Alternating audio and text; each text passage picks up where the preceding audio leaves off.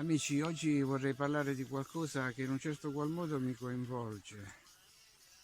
Si tratta dell'invasione dei cinghiali. Prima era piacevole passeggiare in campagna, in un bosco, cercare dei funghi. Oggi è diventato un po' pericoloso. Ci sono cinghiali dappertutto. Bisogna costantemente guardarsi le spalle.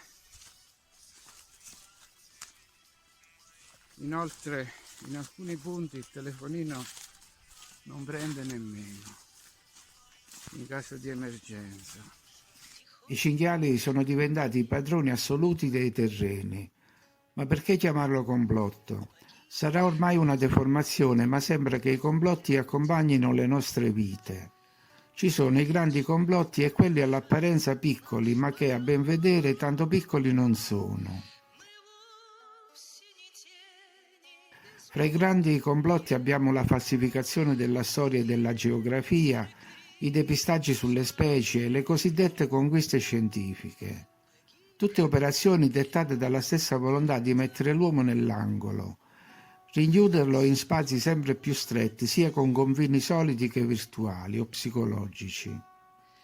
E poi abbiamo i complotti minori, ma forse altrettanto subdoli, come quando vendono televisori a poco prezzo prima di una vasta operazione per tenere inchiodati i telespettatori, o come quello nel titolo di questo video che potrebbe portare lontano.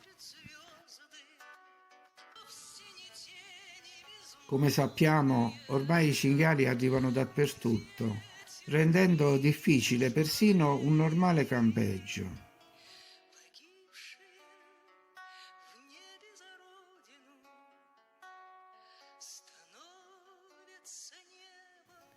In altri paesi non esitano a sparare, come in America, dove addirittura fanno delle gare per il maggior numero di cinghiali sterminati in una notte. Nessuno vuole questo, naturalmente, anche se va sottolineata l'ipocrisia di alcune decisioni. Si ammazzano milioni di maiali per fare salumi, ma si tutelano i maiali selvatici. Sembra illogico, ma forse una logica c'è. I maiali per i prosciutti vivono in cattività, gli altri sono lasciati liberi di vagare nelle campagne e nelle città, dove possono distruggere e recare danni. Infatti non si possono coltivare più le verdure, piantare delle patate, eccetera. I contadini sono impediti dal produrre il loro cibo come prima facevano i loro padri e nonni e lo devono comprare. È un altro modo per staccare l'uomo dalla terra, dalla natura, ridurlo a un consumatore dipendente, non più padrone delle tecniche naturali di sopravvivenza ereditate dal passato. Quindi devono rinunciare a tutto ciò che si poteva produrre da soli. Insomma, ogni iniziativa privata viene scoraggiata e molti degli ultimi agricoltori non possono più contare su una piccola fonte di sostentamento domestico. Le case di campagna sono abbandonate. La civiltà contadina, se possiamo dire così, che era un vanto delle tradizioni italiane, è stata sradicata. Ci pensano le grandi organizzazioni mondiali a vendere il cibo. Quello modificato però. Niente deve interferire con il loro dominio.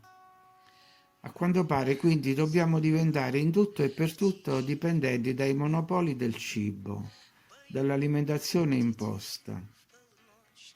E ora queste multinazionali intendono apportare ulteriori modifiche.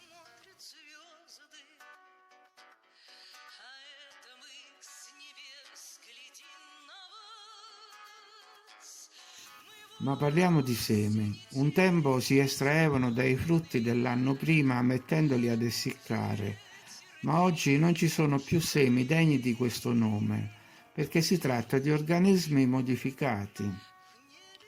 Frutta e verdura vengono in un certo modo resi sterili. cosa che forse sta succedendo anche in altri ambiti.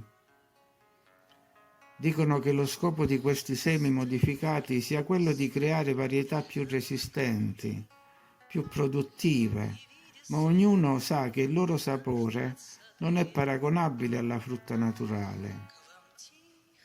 E qui veniamo alla grande contraddizione. Se i semi naturali non sono più ritenuti idonei, perché vengono comprati in ogni angolo del mondo, immagazzinati e protetti?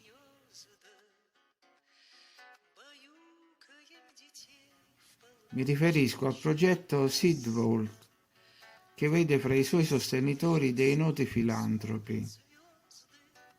Qualcuno ha sicuramente visto le immagini di questa struttura costruita alle isole Svalbard.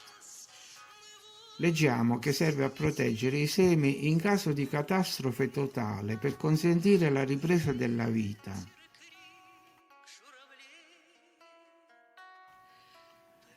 Quindi dovremmo pensare che in caso di catastrofe, per esempio un diluvio, la gente parta, magari dall'Italia, e vada fra i ghiacci del Polo Nord alla ricerca di questo bunker per prendere delle bustine di sementi. Molto ingegnoso.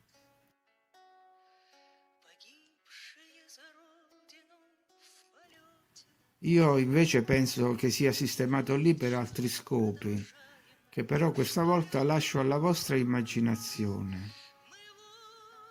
Ricordo solo che le isole Svalbard sono state la base di importanti spedizioni verso nord, compresa quella del famoso ammiraglio. In genere il Polo Nord si associa agli orsi e alle balene, ma ora ci potrei aggiungere anche i cinghiali.